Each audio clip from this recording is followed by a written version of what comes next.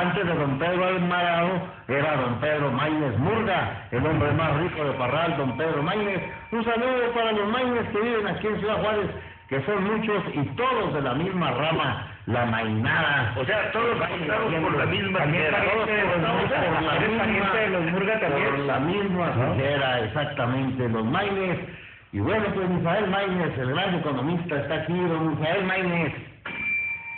18 días, solamente 18 días para que diga adiós un sexenio, el sexenio de Felipe del Sagrado Corazón de Jesús Calderón Hinojosa, egresado del Partido Acción Nacional, el partido Sergio Sepúlveda Márquez, pero bueno, eso no importa. Qué bueno fuera que fuera mi partido, cuando menos una la 18 días para que se termine el sexenio.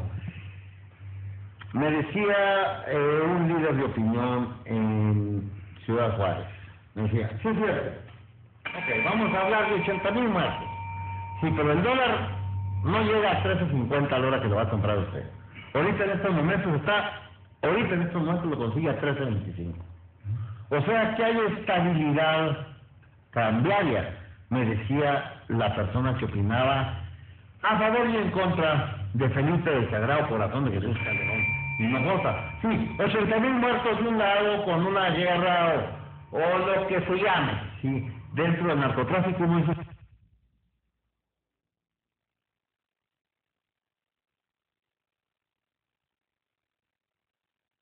que son 60,000, otros dicen que son 100,000, otros que 112,000. Vamos a quedarnos en la cifra de 80,000, que es la que está trabajando el periódico El País, de España, uno de los medios de comunicación más serios del mundo, y está trabajando 80,000, y por la seriedad de quien lo dice, vamos a agarrar esa cifra, pero usted me puede decir 100,000 o 112,000 o 115,000, y con mucho respeto lo vemos. Sin embargo, económicamente, Misael Maínez, ¿qué nos deja el sexenio de Felipe del Sagrado Corazón de Jesús Calderón Hinojosa? Buenas tardes, sí, gracias, Varela. Saludo aquí a todos los compañeros y obviamente a la gente que nos hace el favor de escucharnos. Pues sí, ya se acabó el sexenio de Felipe Calderón. Yo creo que si hiciéramos un recuento a grosso modo, podemos decir que el hecho de haber empezado esta batalla contra el narcotráfico definitivamente marcó el rumbo del sexenio. Yo soy de la opinión que a lo mejor al iniciar Calderón esta campaña contra el narcotráfico no necesariamente había medido la dimensión del impacto que iba a tener en el país. Probablemente si hubiera hecho un análisis previo, a lo mejor no le hubiera entrado, porque hubo mucha inversión que se detuvo, hubo muchas empresas que se cayeron, ¿verdad? Que se fueron de la ciudad, que dejaron de operar, al país en general le fue mal en términos económicos, estrictamente por el impacto que tuvo en la confianza de los inversionistas. Es probable que haya hecho una buena intención, que haya tenido una buena intención. Bueno, aunque hay obviamente versiones distintas, hay opiniones encontradas de cuál fue el verdadero interés de Felipe Calderón de iniciar esta guerra, partiendo de que haya tenido la intención real de desarmar al país. Creo que tomó la decisión sin haber hecho la medición precisa porque se vio rebasado. Se vio que en ratos andaba dando bandazos, que no sabía exactamente cómo hacer la estocada final, para usar el término acá que le gusta a nuestro amigo Cuauhtémoc, para realmente acotar al crimen organizado. Sin embargo, desde el punto de vista económico, el sexenio dejó varios huecos importantes, dejó reformas atrasadas, dejó reformas que no se pudieron terminar, que de hecho ahorita está en la agenda el presidente electo, ¿no? La reforma fiscal, la reforma laboral, hay muchas cosas que se pudieron haber hecho en términos de competitividad, sin embargo no se lograron hacer. México queda en una situación que no logra insertarse exitosamente en la economía internacional, que tiene muchas desventajas, que necesita hacer esfuerzos importantes para avanzar, porque la verdad es que si revisamos países como Chile, como Brasil, como Argentina, pues en pocos años han dado avances significativos. Y la verdad es que nosotros en este sexenio no dimos un brinco importante, no avanzamos, hubo muchas cosas que se quedaron pendientes. Y yo siento que ahorita el presidente que está por entrar tiene retos muy grandes. tiene retos muy grandes porque a lo mejor en términos de narcoguerra está un poco más calmada la situación, el escenario se ve un poco más tranquilo, pero en términos económicos a nivel global necesita ser muy cauteloso, necesita establecer las políticas adecuadas que nos logren dar ese brinco para poder avanzar. Creo que hay cosas muy favorables en México que deben de aprovecharse. Desafortunadamente, por ejemplo, estamos viendo la cuestión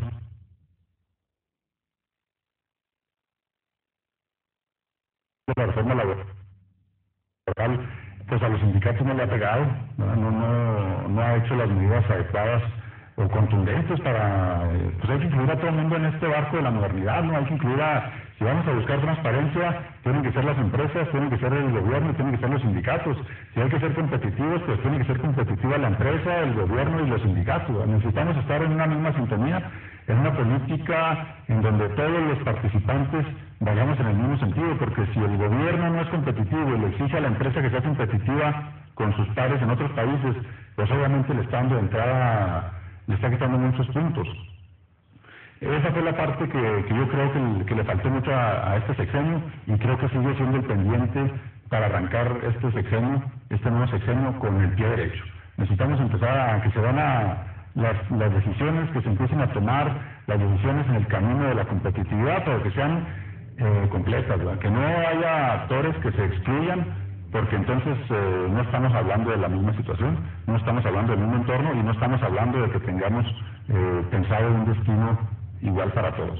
Yo creo que esa fue la crítica que yo pudiera hacer del sexenio, y es el parteaguas que está ahorita para que el nuevo gobierno arranque con una convicción, con una muestra clara que le da a los ciudadanos, a todos los mexicanos, la confianza de que realmente está dispuesto a entrarle a todos los temas que son importantes, que no se empiecen a ver cuestiones de que para unos hay una mano y para otros hay otra mano, ¿verdad? Que se vea que la condición es hacer que el país funcione, pues, donde la economía tiene que funcionar y realmente la competitividad nos dé ese paso que estamos necesitando. Ahorita, en términos reales, hemos perdido competitividad. En la mañana estaba en un programa en CNN donde estaba Rosario Robles, estaba la persona del equipo de transición de la educación, y la verdad es que le estaban haciendo varias preguntas ahí que se veía como que todavía no tiene muy claro el panorama. Claro. Y eso, la preocupación es que, bueno, se empiezan a tomar decisiones, que cuál es el sentido de tomar esas decisiones, cuál es el trasfondo, cuál es la meta, hacia dónde nos va a llevar. Cuando una persona gobierna, se da cuenta, toda la decisión que toma debe estar orientada a un solo fin, debe estar orientada a ese fin. La pregunta aquí sería, ¿a cuál fin nos estamos orientando? El fin de semana platicaba con una persona que ha ido a Chile en varias ocasiones y me decía, fui hace 6 años, regreso, y en 5 años los chinos hicieron, dice, ¿de dónde le hicieron para hacer tantas cosas? O sea, hay freeways con otro país, encuentra otro país. Dice, y se hicieron esquemas importantes de participación privada, en donde, bueno, vamos a hacer un freeway y se hace con inversión privada y se va a cobrar cuota, y pero se va a cobrar cuota a 5 años, y la gente sabe que va a pagar 5 años, y después de eso, esa ya es una infraestructura que se utiliza para la producción, para la cuestión productiva del país, y luego después se reinvierte en otra situación. Pero decíamos, aquí se ha hecho un ejemplo similar y nos ponen la cuota un tiempo y ya se queda toda la vida, ¿verdad? Y encima de todo ni siquiera están en óptimas condiciones. Ya quisieron su vez, si se dan cuenta no lo termina, pero cuando se supone que son proyectos que se invita a la inversión privada, no digo, para dar más celeridad a los proyectos, lo cual está bien, hay que incorporarla. Pero la pregunta es, ¿cuál es el esquema real en el cual va a estar trabajando la economía? Porque la gente pierde la confianza. Ahorita cualquier situación que se plantee de inversión privada y que va a ser por cuota, ya sabemos que es permanente. O sea, no hay un programa en donde se cumplan estrictamente los plazos. Desafortunadamente, a veces el gobierno con las empresas, con el sector productivo, es un poco más exigente que con lo que es con él mismo, ¿verdad? Aquí, cansados de ver los ejemplos de cuando se exige placas, cuando se exige engomado, cuando se exige todo, por acotarlo a la localidad. Como que para la cuestión gubernamental se mide con una vara y para la cuestión empresarial se mide con otra. Entonces, eso genera desconfianza. Ahorita, la moneda que tiene que circular en el país se llama confianza, para que puedan empezar llevarse a cabo todas esas reformas y que la gente esté dispuesta a entrarle a este nuevo sexenio con una mentalidad de, bueno, vamos a... Por eso la muestra tiene que ser por parte del gobierno. Creo que el que tiene que dar el primer paso tiene que ser el gobierno, porque a final de cuentas, si la gente tiene desconfianza es precisamente por las políticas que anteriormente hemos... Pero mira, Israel, China tiene una enorme ventaja sobre México. En China el régimen es dictatorial. Allá la voz del amo es el poder político. Entonces allá se dice, esto se hace y se hace. Era como cuando en México el Congreso de la Unión tenía el dedo permanentemente levantado. Pero si tú ves el sexenio de Fox y de Felipe Calderón con un Congreso completamente dividido, fue imposible gobernar un país como el nuestro. La China allá dice, hágase esto y se hace. Allá llegan, ¿cuántos trabajadores necesita usted en industria? Tantos trabajadores, hace sucesos y aquí están sus trabajadores, ya a trabajar. Sí, ¿verdad? Su economía está siendo un poco capitalista, pero si su régimen político es evidentemente dictatorial. Bueno, eso es una cosa. Aquí nuestra dependencia es directamente de Estados Unidos. Así es. Y Felipe Calderón tomó una decisión sin tener en cuenta los Estados Unidos. Y con lo que vamos a batallar y lo que va a batallar Peña Nieto, principalmente, es con la droga para consumo interno.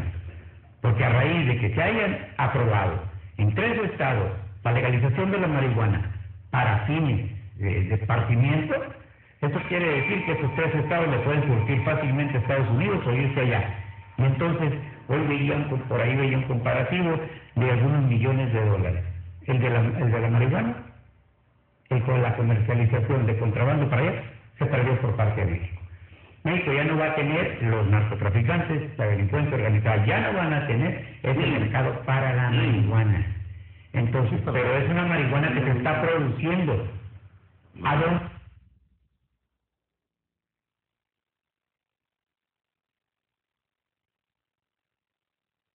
Se va a dirigir a los países más pobres de América del Sur, claro que no. Principalmente al consumo humano de México, consumo interno. Esta es una raza y el se van a vender pasteles. No digas dando cuadros. Mira, el argumento, bueno, pues el es capaz del PRI, que es una legalidad transada. Con el PRI regresa a una legalidad transada. No igual que antes, porque ya no puede, los viejos tiempos ya no van a volver nunca. Pero sí es una legalidad transada, en donde sí, como dices tú, bueno, como más a unos se les aplica la ley, a otros no, y a otros de esta manera y a otros menos.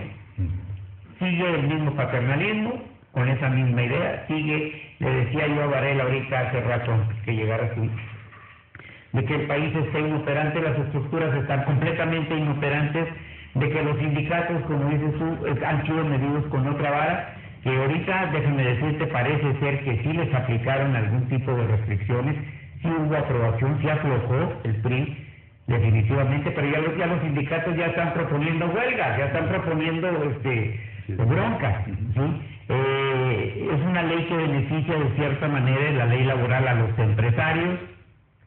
¿Por qué? Porque también es un castigo del mismo sistema del PRI hacia los trabajadores, de los mismos que ellos crearon. Ellos crearon unos sindicatos que hicieron flojos a los trabajadores, que hicieron, se les sobreprotegió. ¿Yo por qué a un camarada que está sentado, que no hace nada, que al contrario nos genera problemas, lo despido y le tengo que pagar la caja de su abuelita? Pues no, eso no es correcto. No es correcto que ¿por qué vas a trabajar 8 horas si el trabajo que yo te tengo nomás es para 3? ¿Sí? Pues yo creo que esto viene conjuntamente con una modificación a las reglas del Seguro Social también, ¿sí? Que fue la panacea para muchos médicos, para mucha gente, para muchos proveedores, todas las tranzas que les agarraron, ¿sí? Para muchos proveedores, medicamentos que no sirven, se robaban los médicos hasta los curistas, llegó un momento en que no tenía una gasa el Seguro Social, igual el ISSSTE, o sea, todas las instituciones gubernamentales quebraron. Bueno, a Carlos Salinas le quebraron hasta los casinos que abrió, que eran casinos que tenía que hacer el gobierno metido en el negocio de los casinos en México. Entonces, estamos en un país que ya no sé cómo le van a hacer, pero no creo que opere. Como decías tú, allá hay una inversión ¿sí? Aquí nos quitaron lo que se pagaba por los carros. La tenencia. Y al siguiente año la disfrazaron 2 veces. Y entonces las que ya no pagaban tenencia por el mismo decreto del concepto de tenencia, ahora lo pagan. Fíjate cómo manipulan las cosas. ¿Por qué? Porque ese tipo de inversiones, ese tipo de participaciones, ¿sí?, no se toman en México como una participación para hacer un logro y avanzar.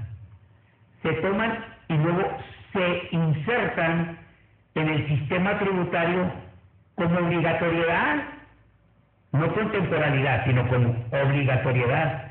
Y eso nos ha venido haciendo más pobres y no estamos trayendo inversiones. Entonces el nuevo gobierno tiene que traer inversiones, tiene que traer dinero, tiene que traer fuentes de trabajo. ¿De dónde? Si nadie confía en ellos, si ya se están repartiendo el pastel. Falta de optimismo, señor. No, con tu verno con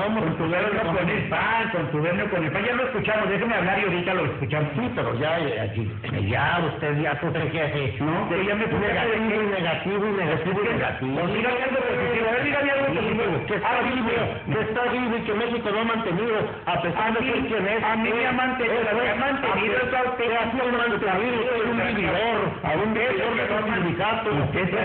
Eso es lo que que ha vivido en el sindicato usted, porque todos los fines de año ahí se pone con don Mario Legarreta con su regalo para que le siga diciendo, para le siga soportando decir usted aquí. Mire usted ha vivido una vida inútil y gracias a su sindicato que lo tiene enfrente del trono, la vida ha sido muy útil, igual que el sindicato que le dio fama y fortuna a Manolo de la Manolo, ¿qué tiene que ver en esto? Vamos a escuchar la palabra del señor economista, ¿verdad? ¿Qué va a decir el señor economista? No puede decir nada de los sindicatos. Oye, si así fuera el así estábamos. Mi papá fue fundador del sindicato, pero eso no significa que el sindicato sea bueno. Ninguno en México. Bueno, es que a fin de cuentas la creación de los sindicatos fue para defender ciertos derechos que es válido. Pero obviamente a defender derechos de quienes no están ganados. Se desprestigió. ¿Me vas a defender mis derechos que no me he ganado? Oye, ¿por qué no levantan estos sindicatos de México, no? Pero digo, o sea, la idea de la formación de los sindicatos es válida, busca un fin que hasta cierto punto es justificable. Claro. La cuestión aquí es que se desprestigió el concepto y al menos en México lo tomaron así como no hago nada porque al cabo no me puedes tocar porque pertenezco al sindicato. Y eso obviamente mermó en la productividad. Hay empresas, hay incluso paraestatales completas, pues que son víctimas de una marcada falta de productividad original justamente del sindicato. Es un monstruo que tienen ahí encima y que no hagan cómo quitárselo, porque encima de todo lo alimentan en cada elección, porque al final de cuentas en términos corporativos funciona. Claro. Pero la cosa es que lo alimentan en la elección y en los 6 años posteriores pues ya no hay cómo quitárselo, ¿no? Ese es el gran problema. No participan más que a la elección, nada más a votar, ¿no? ¿Así? Y todas las plazas de los diferentes sindicatos son del sindicato. ¿Por qué son del sindicato? Pues es porque yo discuto, pues no, pero bueno, yo quiero suponer que es parte de los beneficios de los acuerdos, ¿verdad? No se pongas, tú sabes muy bien cómo pegan los sindicatos de México. No se pongas, yo nunca he estado en el sindicato. Yo lo que quiero es la información en algún momento de tu vida, porque aquí nada se espera sin sindicato. Todo tipo de organizaciones tienen su positivo, tú lo acabas de decir, por eso existen los sindicatos patronales y los sindicatos obreros. ¿Qué pasa con unos y otros? Que los sindicatos patronales siempre está la renovación, y en los sindicatos laborales, desgraciadamente, el sector empresarial y el sector oficial crearon la mafia de líderes eternos. En la medida que los tengamos ahí, tendremos aplacada a la caballada. Esa fue la enorme diferencia, pero de que las organizaciones sindicales traen beneficios a la colectividad y el fin por el que están hechos. Claro, no vamos a comparar las mafias sindicales laborales en México, ¿verdad? Que ellos son la mafia, pero no son el sindicato. El sindicato lo componen millones de trabajadores que no son tomados en cuenta. más que como dice Sepúlveda, para las votaciones, siempre y cuando pongan su nombre, la empresa en la que trabajan y su número de expediente, para saber que votaron por el líder eterno, el señor Sepúlveda. Entonces, esa es la enorme diferencia, pero las organizaciones sindicales tienen un fin determinado, claro, ¿verdad? Y las organizaciones sindicales no fueron para pedirle al patrón que les dé esa porque los voltea a ver mal, no, eran para defender ciertos intereses, sobre todo cuando viene la revolución industrial en el siglo XVIII, ¿verdad? En México se echaron a perder y ahora los líderes